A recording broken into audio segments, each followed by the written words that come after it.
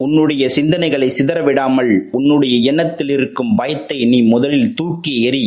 இது நடக்குமோ அது நடக்குமோ என்று சிந்தனையில் எண்ணுவதை விட முருகனை மீறி எதுவும் நடந்து விடாது என்று என் மீது நீ முதலில் நம்பிக்கை கொள்.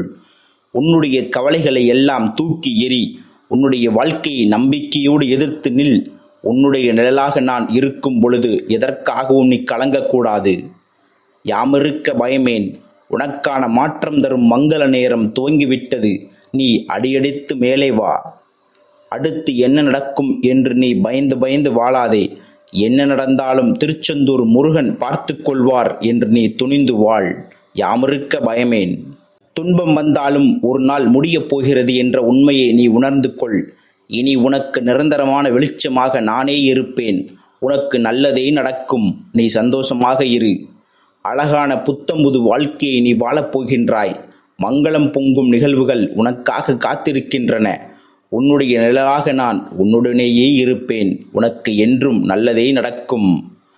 உனக்கு எது நல்லது என்று உன்னை விட எனக்கு நன்றாக தெரியும். நீ வேண்டாம் என்றாலும் உனக்கு நல்லதென்றால் நான் அதனை தந்தே தீருவேன்.